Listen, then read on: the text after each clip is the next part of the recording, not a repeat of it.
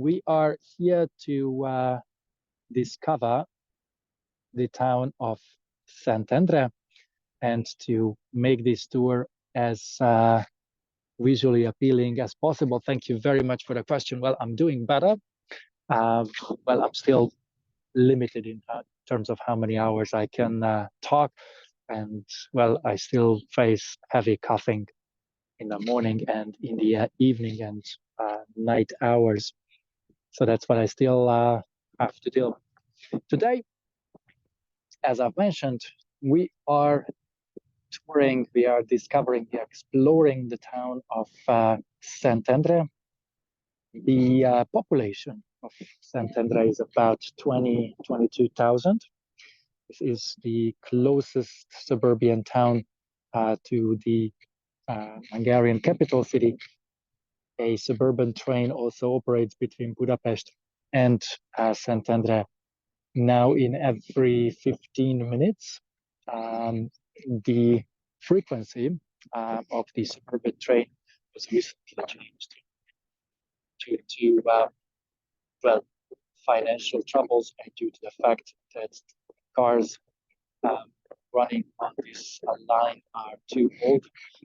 Simply, we don't have enough to provide a 10-minute frequency between the capital city and Budapest. So if you're planning to return to Szentendre, make sure you're not doing it,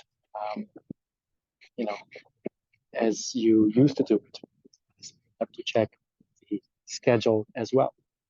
Well, Szentendre happens to be one of the most ancient cities in Hungary. It was first mentioned in 1009 as the settlement along the Bükkös. It's something I'm not able to show you today. Well, relative proximity of the Bükkös stream from us, it's relatively far from us, and the path is not necessarily visually appealing. Well, the Hungarian tribes, actually Kursan was the one who settled here with his family. Kursan was one of the 7 chieftains of Hungary, and they utilized those ruins that were left behind by the Romans.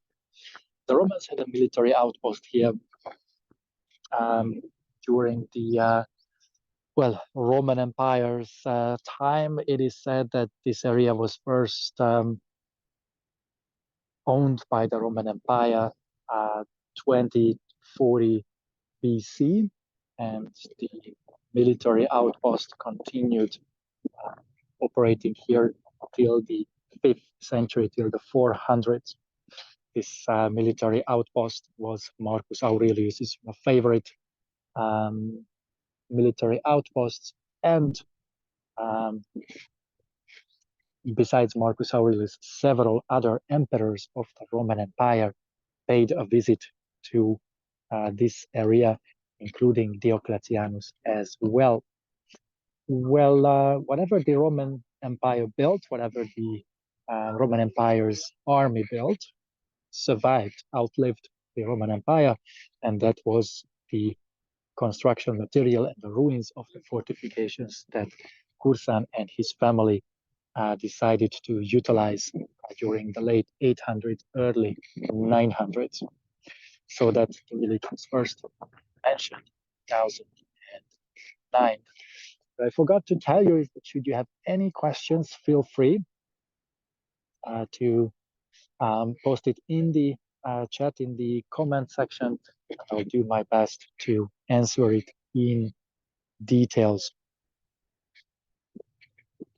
Well, one brief second, and we will continue.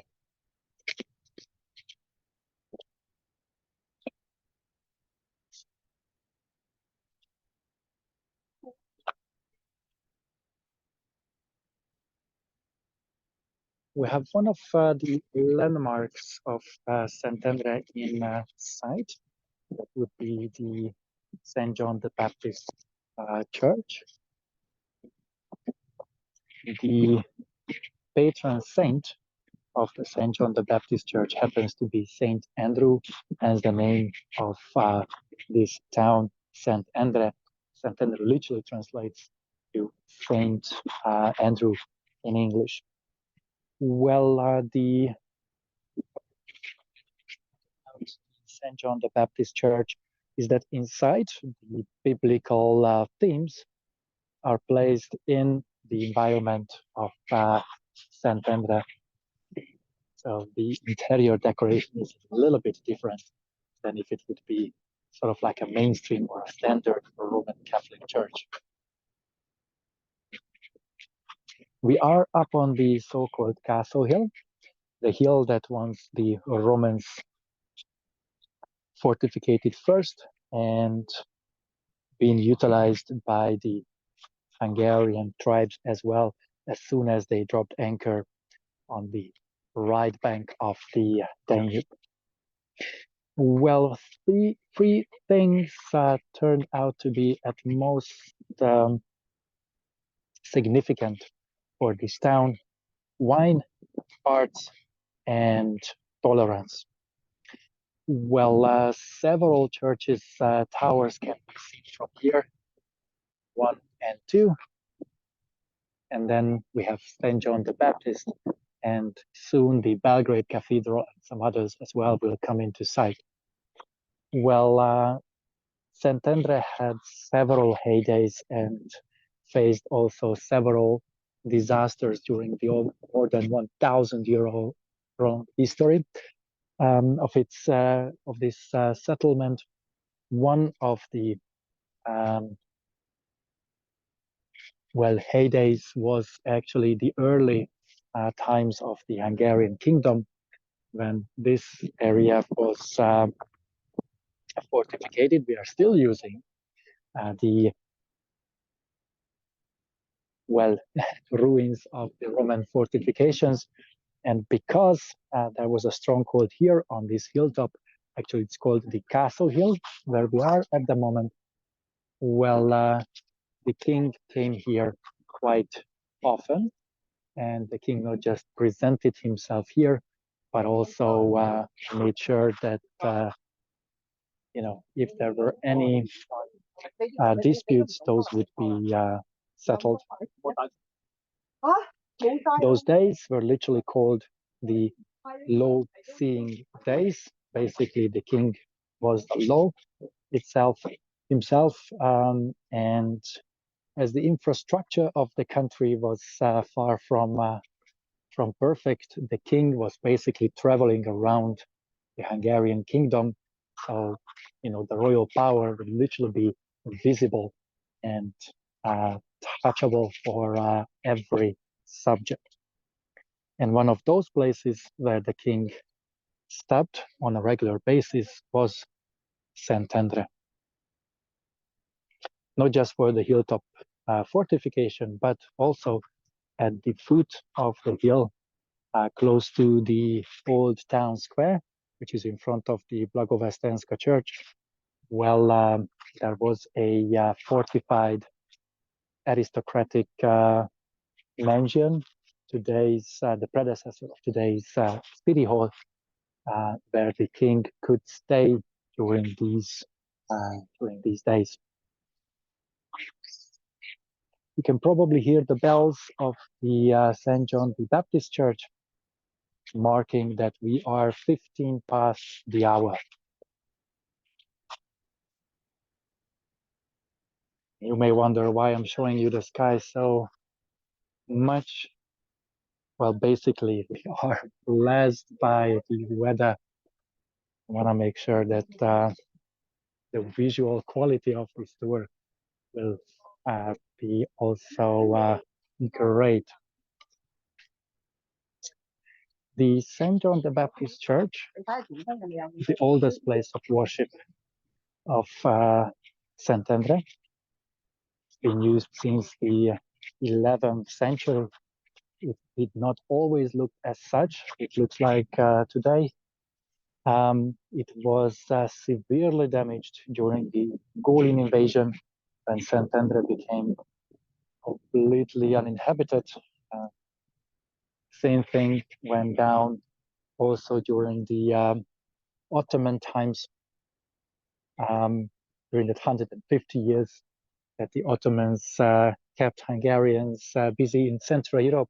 Szentendre was finally liberated in 1684, 2 years before Buda has been liberated.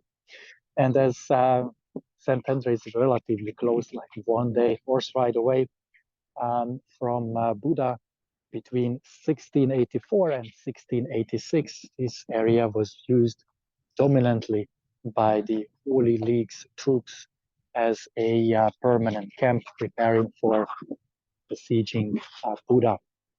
Even after 1686, for several years, the settlement was in complete ruins and hardly no one lived there until 7 communities from the Balkans decided to flee away from the Ottoman Turks. 7 communities came. They settled down at 7 different corners of Szentendre, populating 7 hills or hillsides or slopes. Sorry, and they built their homes and churches as well. So, as I've mentioned, one of the heydays of Szentendre was the 11th century, the early kingdoms time. The other heyday was the 1700s, post-Ottoman Empire's time, when Szentendre became dominated by the Serbian communities. The Serbian dominance is still something that characterizes Szentendre today. One of the 2 Serbian Orthodox dioceses headquartered in Szentendre. So actually the capital city's Serbian Orthodox churches belong to the Szentendre diocese. Well, when the 7 communities fled to Szentendre, they fled actually during the late 1600s, early 1700s. They believed that their presence here would only be temporary. So 6 out of 7 new churches were built from wood first, that the community is expected to dismantle at the same time when they can return to their original homes. The only exception, the 7th church, was the Belgrade Cathedral, built by the community that fled from Belgrade to Szentendre. The Belgrade Cathedral was built during the 1750s, time when the Serbian Orthodox communities had to deal with the fact that their return to the Balkans is not possible any longer due to the fact that the Ottoman Empire and the Western European leaders came to a truce, which secured the presence of the Ottoman Empire in the Balkans, making it impossible for the communities to return. And we have a small exhibition here about various artists who are either local to Szentendre or they come here for the summer or the art camp, if you wish.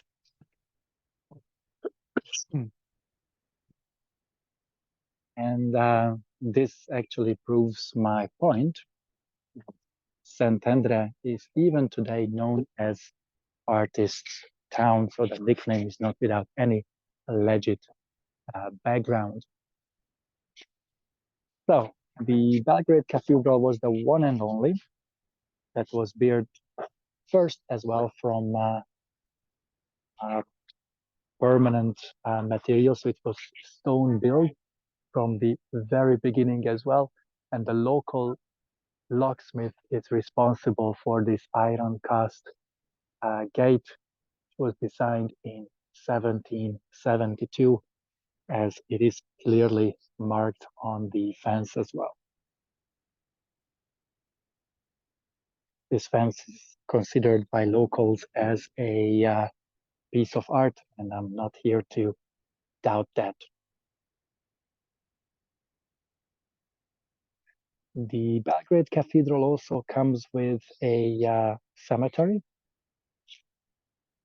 You can see that around the perimeter of the Belgrade Cathedral, there are several graves, and a maintenance worker as well came to the garden, something that we've never seen during the previous tours here in Szentendre. During the summer or during the warmer months, actually the Belgrade Cathedral is open on Fridays, Saturdays, and Sundays. So we are just one day short of being able to enter the gardens.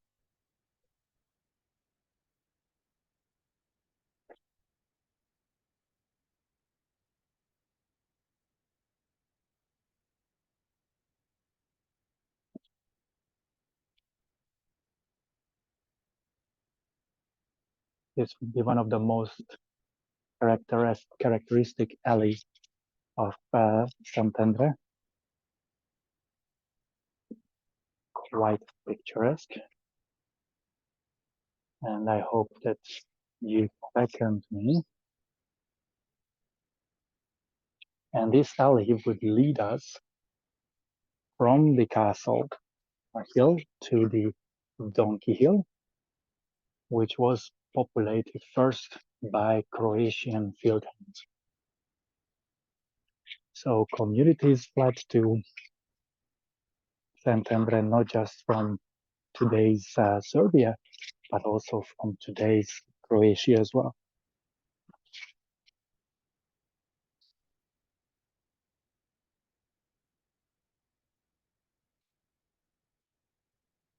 And lucky us, due to the fact that we had the spring holiday in primary schools and in high schools across the country, there are not too many cars parking on the streets. But there are a lot of people actually by the river and also on the main square. So today is the day when Szentendre will finally show itself to you not as a ghost town, but actually a lovely town of the Danube band with lots of things happening. So once again, fence made by a local locksmith by Grisman in 1772. So as I've briefly mentioned, three things characterized Szentendre and shaped its history: wine, arts, and tolerance. This gate actually leads us to, or would lead us to, the cellars where several barrels of wine was kept, mostly by Serbian merchants.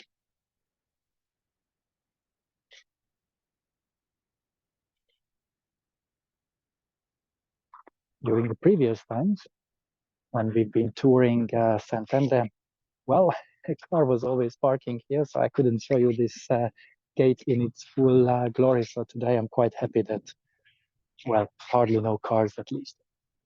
So circling back to the topic of the Donkey Hill, was populated by Croatian field hands. As I've mentioned, they were working for Serbian wine dressers. The wine industry of Szentendre, or the winemaking, the tradition of winemaking, in this area was started by the Romans. They were making some sort of alcoholic beverage that was quite similar to a recent day wine as well. And mostly those were in this trade who retired from serving the Roman Empire in one of their armies. Well, Szentendre was a military outpost with roughly 1,000 soldiers. I've mentioned we're not too far from Budapest, where there was another military outpost called Aquincum and Contra Aquincum. So a lot of soldiers and their families lived in the area. And many of them, once they retired, they decided to retire in and around this town. And they started to cultivate wine grapes, and they produced something like today's wine. So that was the beginning of the wine industry, of the wine making culture here, which came to an end in 1882 when the phylloxera basically killed all the wine grapes in this area. And basically during the 1880s, 90% of the wine grapes were simply gone in Hungary as well.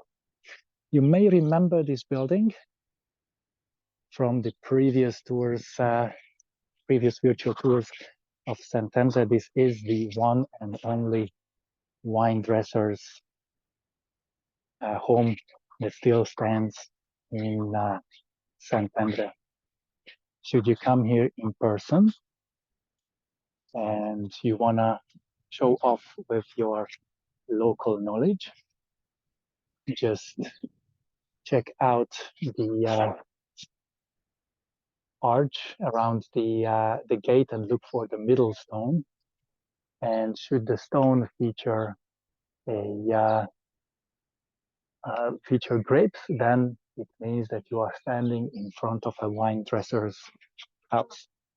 It's quite easy to remember that's the only one.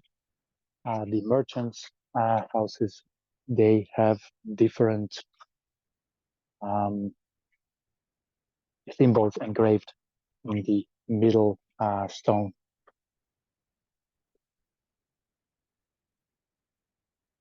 The 1882's phylloxera was quite catastrophic for the wine industry. Most of the families would have gone bankrupt if they would not shift their production from cultivating wine grapes to cultivating berries. Today in Hungary, the strawberry, the raspberry, and other berries is production largely focused on this area, not just necessarily in Szentendre, but in the neighboring town of Pomaz, Lányfalu, and Tahitótfalu as well. Tahitótfalu is part on the right bank of the Danube and part on the Szentendre Island, which is a 36 kilometers long island that is known till this day as the orchard of Budapest. And although back in the 17 and 1800s, there were plenty of Croatian field hands available, the Croatian community was the one that assimilated into the local Roman Catholic community. As for being Roman Catholic themselves as well, assimilation for them wasn't too difficult. The Serbian communities kept sort of like a distance from locals by keeping their own religion and by sticking with their own community members. It doesn't mean that there are any hostile feelings between Hungarians and Serbians here in Szentendre. Well, everyone lives here side by side in peace.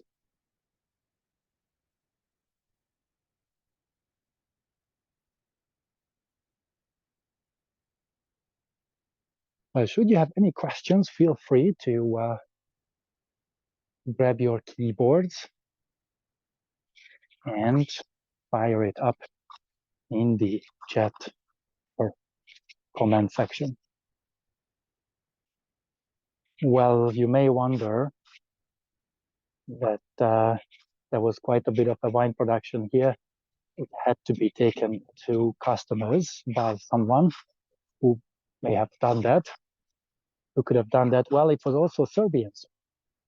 So not every Serbian who lived in this area were working in the wine industry. The wealthier ones were in the trading industry. They were the ones who settled not on the Donkey Hill that we climbed down to earlier, but they populated the old town and the old town square, which we are going to explore together. The Serbians earned quite many privileges from the Habsburg royal family, basically for their border guarding services. The privileges were that they could practice their own religion. They could build their own churches. They were allowed to trade without paying customs and taxes. And they could build their own schools as well, and they could also educate their own teachers. And as you know, Szentendre is changing day after day, year after year. Well,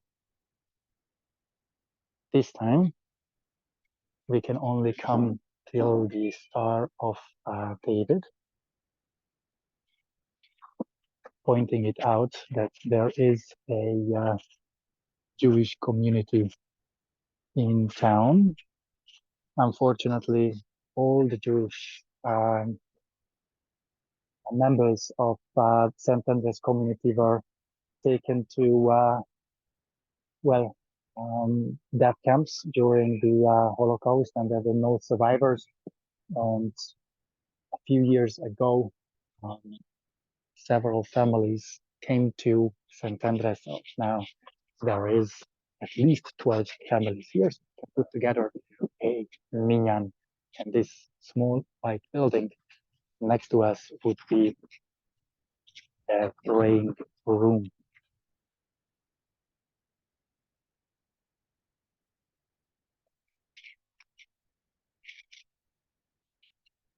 Well, as you can see, that the old town's streets are quite charming,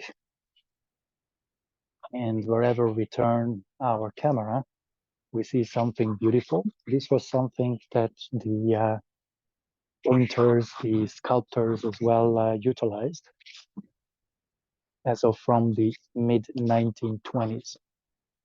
Well, how come that a art colony came to Szentendre? Well, the story is relatively simple. Hungary lost the First World War, and it also means that the previous site of the art colony, of the summer art colony Nagyszeben, found itself in a new country, separated from Hungary. So painters, sculptors, they were looking for a new place to hang out during the summer to inspire each other.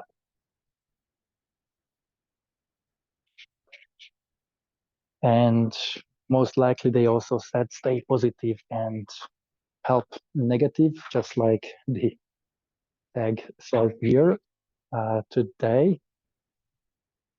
Well,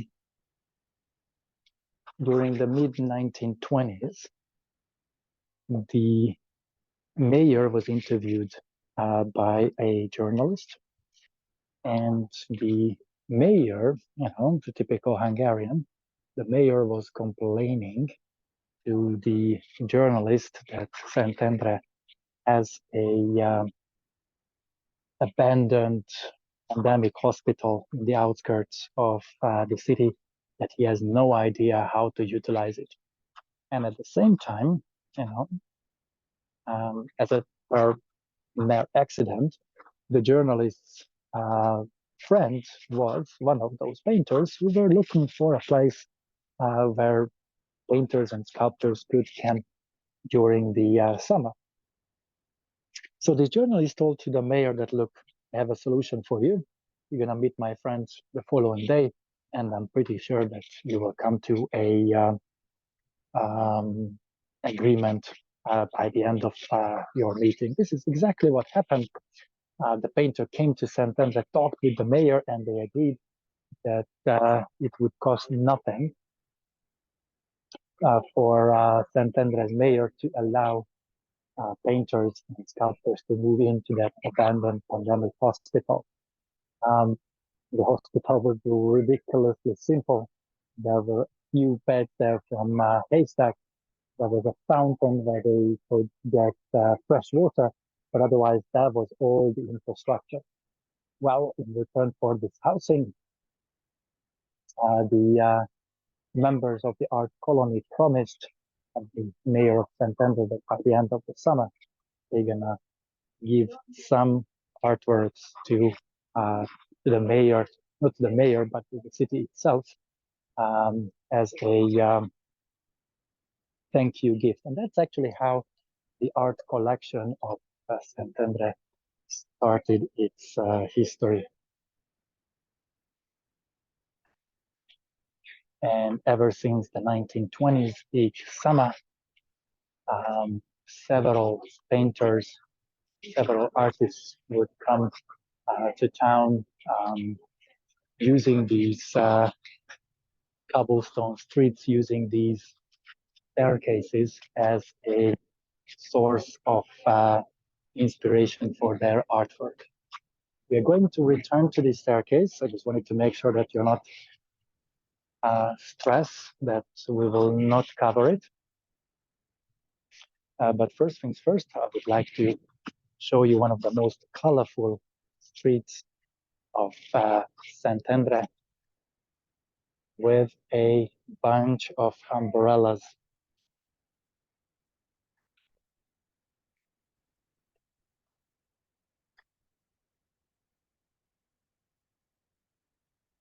And you may remember this street.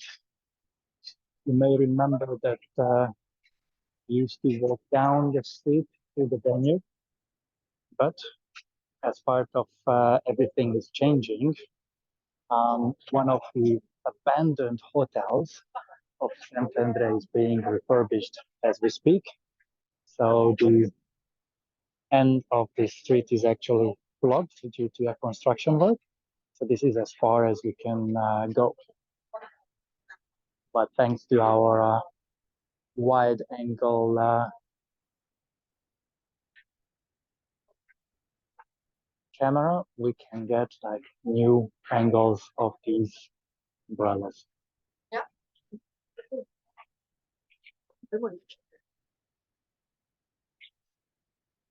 You may wonder who placed the umbrellas above the street.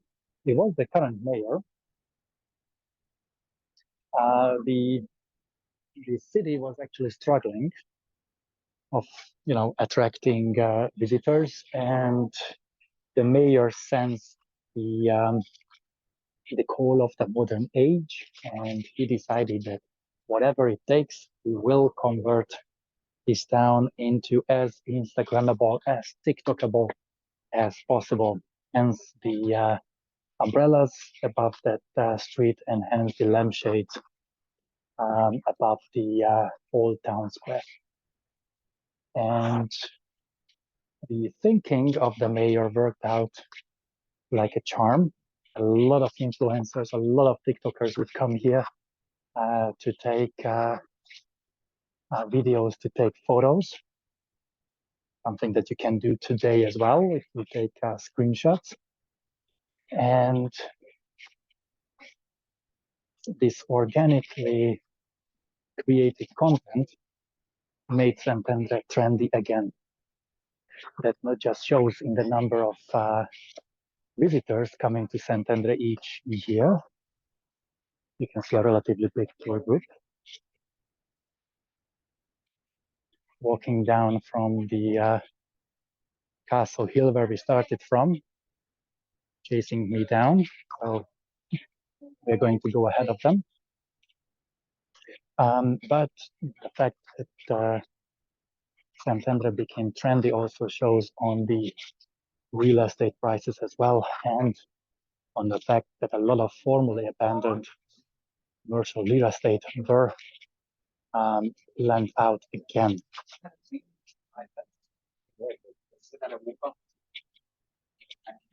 And not just tourists discovered or rediscovered Szentendre, but also film productions as well.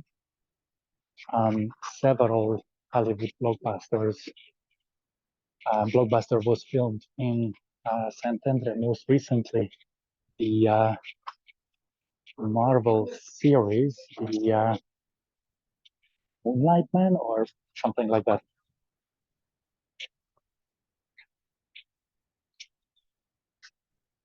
And as opposed to the previous years, the museum of the Serbian Diocese of Szentendre and Budapest, is open to the general public. However, the doors are closed at the moment. When I came, first time in history, I could actually see the entrance to the Diocese's museum open. By the way, this was the building where the Serbian community was educating their teachers.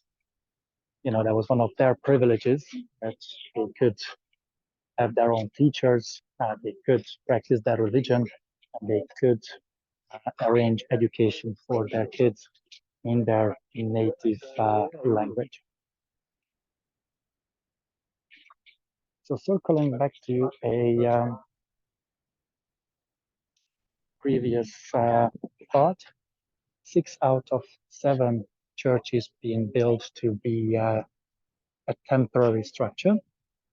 One of the 6 churches was the Blagové Stenska Church. First, it was built from wood in the 1720s, when the 7 communities arrived to Szentendre, and only in the 1750s, roughly when the Belgrade Cathedral was built in Szentendre, community decided that the Blagové Stenska Church has to be rebuilt from lasting materials, because they have no chance to return to their original homes. So the Old Town Square, and basically Old Town, was populated by Serbian merchants. They were the wealthiest among all. Wealthiest to the point that they could also erect this cross in the middle of the Old Town Square in 1763. We call it the Flag Cross, or the Pandemic Cross. They wanted to make sure to say thank you to God, and to make sure that Szentendre will not be hit by any waves of the plague. So they crowdfunded this cross, and to make sure that it would stay efficient, they even buried a man beneath in a vertical fashion, head down. They thought that this way they can raise the efficiency of this cross. And since 1763 until 2020, the flag cross could protect Szentendre in a quite efficient fashion from all pandemics. A little warning for all of you who plan an in-person visit to Szentendre. Right by the cross, there is a fountain. During the summer, it looks like that there is an excellent place to, get some water, to refill the bottles. I have to point out that it's not drinking water that one can get from that fountain. So again, not drinking water. What you can get there is a quick refreshment and a diarrhea, to be straightforward.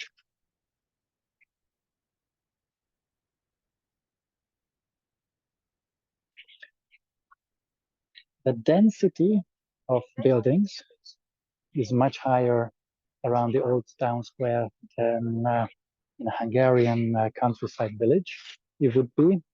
The reason being is that those who fled from the Balkans in the late 1600s, early 1700s, they wanted to max out the size, the available space on the property they've purchased.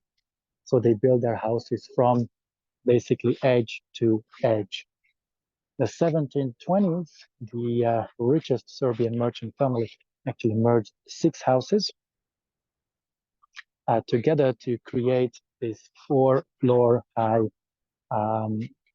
building that served also their profession. 4 floors. You may think that due to my recent illness, I lost the ability of counting. Well, there is a basement where they stored barrels of wine. The ground floor or first floor US was open to the general public. That was their shop. And the upper floor was the private quarter of the family. And in the attic, they stored dried meat, and they also dried herbs, different herbs there. So that's how the 4 floors, 1 underground, 2 floors, and the attic. Now, today's Old Town Square, well, barely shows the legendary 1700s. Several buildings, especially Szentendre's art gallery, like municipality art gallery, shows the sign of disrepair. The thing is that Szentendre won lots of money to do a proper restoration of the listed buildings around the old town square and around the main street going from here towards the south. But due to political reasons, the money that Szentendre was allocated was never wired to the municipality's account, as Szentendre doesn't share the same political line as the Hungarian government does. So step by step, the town is falling into disrepair that may be considered to be charming, like some new characteristic of Szentendre. It might be considered as a shameful thing to happen. It's you to decide. I just tell you the facts, and well, you have to make your own decision about this. Well, we are going to make our way down to the river. And in the meantime, we walk by the Blagovesztenska church, designed by Meyerhofer, who was one of the most famous architects of the 1700s. He also served several aristocratic families as a in-house architect. And we shall not forget about the super Instagrammable lampshades.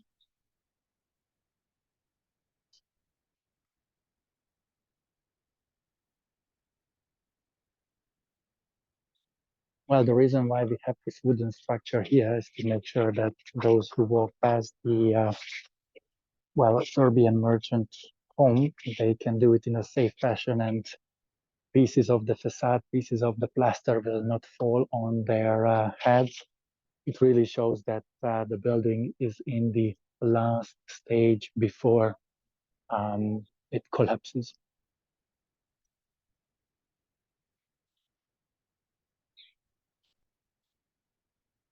And if you would be interested in the Serbian Orthodox Diocese's treasures, then you can enter the treasury from the courtyard as well.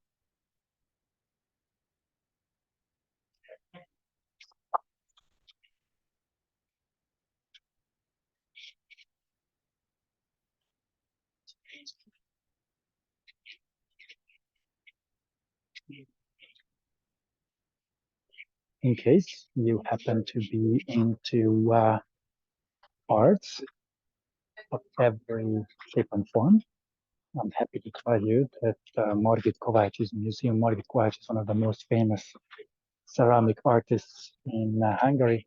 The museum of her works was finally opened earlier this year after being under construction for several years. If you've been to Szentendre before, there are several reasons to return. Good food, Margit Kovács Museum, the Serbian Orthodox Diocese Museum and Treasury, and the fact that several buildings that were damaged in the 2013's big flood are finally being repaired. I've mentioned to you that today Szentendre will show quite a bit of life due to the fact that this week we have the summer break in schools. So actually several cafes opened earlier than green leaves would appear on the trees along the Danube promenade. That gives quite a bit of summer touch to Szentendre.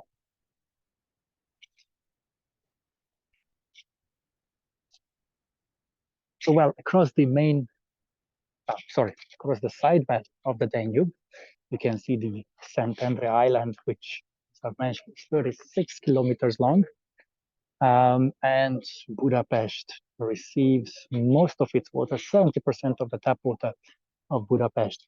It's coming from the Szentendre Island, where we have about 700 wells. Well, the water is cleaned by several layers of limestone and sandstone. So basically, the city of Budapest is drinking the water of the Danube, naturally being cleaned.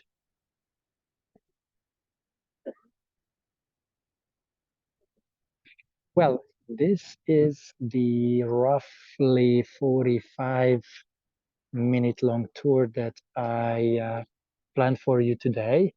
Thank you very much for the lovely comment. Indeed, the sky is just beautiful today.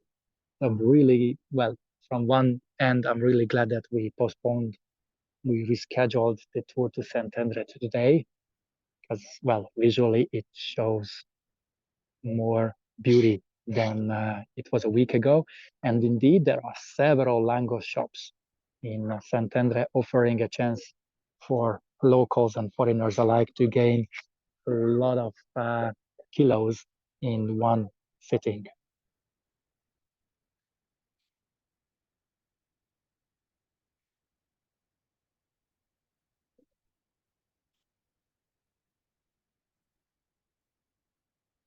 One brief second,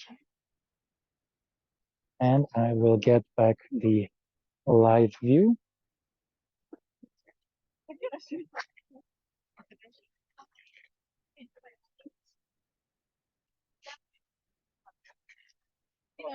My phone decided to shut down.